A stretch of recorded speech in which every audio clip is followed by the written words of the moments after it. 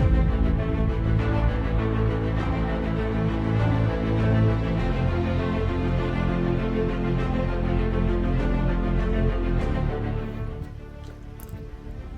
friends, Nibs again.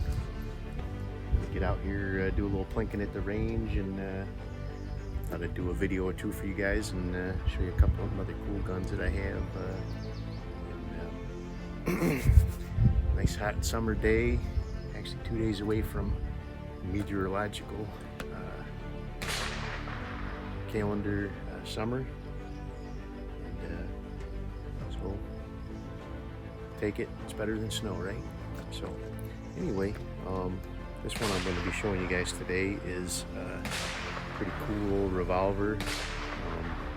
You know, not the greatest design ever, I guess, but they are pretty neat. They got a lot of weird, strange features to them that I'll kind of show you during the video here. But this is a Nagant model 1895. And it was designed by a Belgian called Nagant, and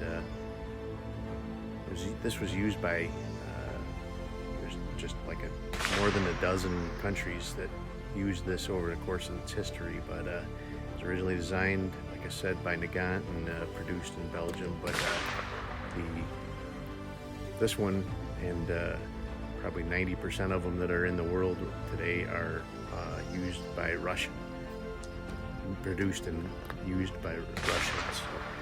So this one actually is a Tula arsenal, and it was produced in 1939. So this one is definitely a Russian.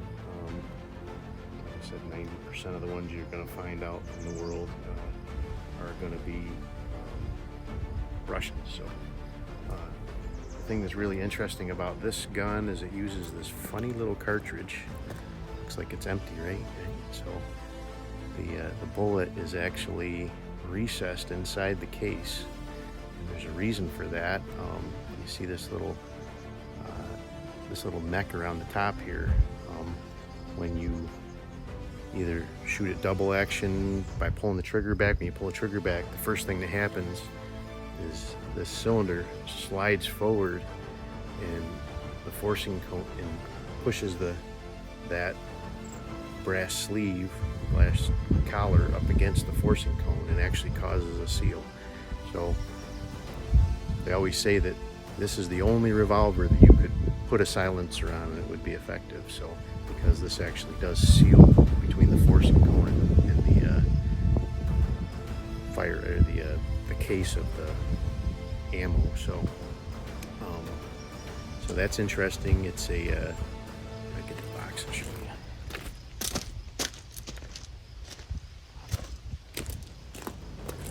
So it uses this ammo. It's called a 7.62 millimeter Nagant. As far as I know, this is the only firearm that was ever chambered for this particular case. I am saving these. I'm going to try to reload them. I'm still looking for some dies for it. I've seen them around, but they want a lot for them, so I haven't bought them yet. But I've got a couple of boxes of commercial ammo so far, so I don't shoot it a lot. It's just kind of one of those collectible ones. But and actually, I'm finding this PPU ammo more available lately, so it's pretty good. Just shooting here at about it's about 10 yards away. Got a couple of targets hanging up here. I already did shoot one cylinder full. It's a 7-shot cylinder. I did shoot one cylinder full already off camera. I had one flyer, didn't hit the target, but it's got a crazy heavy trigger pull, especially when you're doing double action. I'm going to shoot a few in double, and then I'll shoot a couple in single action, and we'll see which one's better. I'm sure we'll know which one's better, but it's actually it's a pretty heavy gun, pretty heavy. I don't know the exact weight on it, but as far as revolvers go, it's got a good bit of heft to it, and the cartridge isn't really, very very powerful. So the recoil is very manageable, and it's very actually a very pleasant gun to shoot because of that. Do the first couple single action. So let me show you that. So when I pull the point in the safe direction, and everything's safe here, fingers off the trigger. So when you cycle it, see that cylinder move forward? That is sealing that bullet against the forcing cone. So there's no chance for blow-by from gas from this. So, all right, so I'm just gonna leave that cocked, get ready.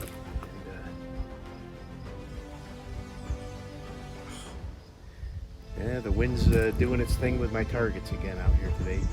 I don't know what the deal is with this place.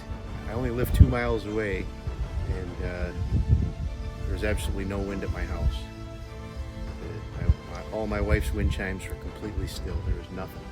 I get over here and it's enough to blow my targets completely out like a flag. So.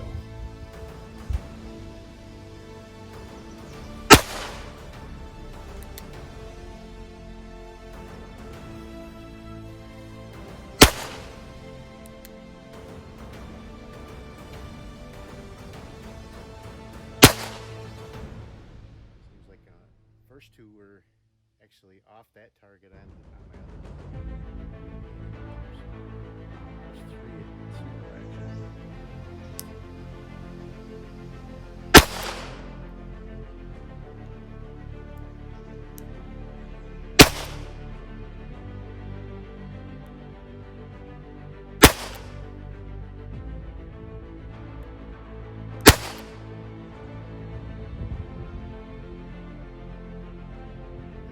So now the other oddball thing about this gun is let's just make sure, yeah, all of them are struck, all of them are shot. The oddball thing about this gun is the way it unloads very similar to a like a Ruger single 6 or something like that, very reminiscent of that anyway, you know, with a ejector rod. So you have a loading gate here that you have to open up. Open that loading gate, and then there's a little rod here, and you got to give it like a half turn and pull it back, and it's actually running right down through the middle of the cylinder, and then you swing it off to the one side, and now it's out where you can eject your shells. So you push it down just like you would a Ruger single 6 type of ejection, and I'll pick those ones up and put them back in the box so I can reload them later. But for sake of time on our, oh, that one fell right out. That's good. And that one didn't want to go. So there's 7 rounds, and that's how you eject them. So now you would take the ejector rod and push it back down flat, push it back into the goes down through the middle of the cylinder, give it a half turn, and it locks it so it can't ride out on you. And normally you would load more rounds in there. It's very kind of cumbersome. I can see why they wouldn't want to continue using it as a military weapon, I guess. But it is a cool little piece of history. They made these for many decades, and from what I can read online, it does actually look like there are several militaries that are still using these in some sort of capacity still. So from 1895 all the way up to 2021. So that's a long run for a gun to be in service and functioning. So pretty cool. This one is it's not perfect, but it's pretty nice shape for its age. 1939, like I said, so it's 82 years old, right? Yeah. So it shoots pretty good. I'll show you a picture of the target. Alrighty, friends. Here's those targets I was shooting at here a minute ago. This is the one I did off camera. I said I apparently had missed one. It doesn't look like any of those are doubled up, but I got 1, 2, 3, 4, 5, 6 there. So I think my very first shot was off to the side. So, but I was aiming on all of these. I was aiming center, and so it's hitting a little to the left, so I could. And so this is the one I did on camera. Again, I still only see 6 hits here, so this is my very first shot over here on the corner. I don't believe that's a double there either, but so it's interesting that I'm not sure where that went, but this was a single action, single action, single action, and then I was shooting double action, and the double action are these 3 right here. I only shot 3 single actions, so I'm not sure. I'm not sure what happened to the 7th one there. It did, but I thought it both hit over here, but it could be so over here in the center. But anyway, it's a military sidearms, not made to be a target pistol. So, like I said, it does a good job at what it was designed to do. All right, back to the video. You know, it was never designed to be a target pistol. It's a military sidearm, and you know, for what it's designed to do, it did its job there. So, and I'll show you that target. So anyway, if you like this video, give me a thumbs up. Subscribe to my channel. That's probably the most important there, and you'll get notified when I do post up new videos. Also in the description, I'll put some links in there on MeWe and on Facebook. We have a collectors group on there, also called Walnut and Steel, and we talk about great old guns like this all the time, pretty much on a daily basis. You know, day and night we go through that. So anyway, I hope you enjoyed this video, and I'm gonna go do some more shooting, but you have a great day.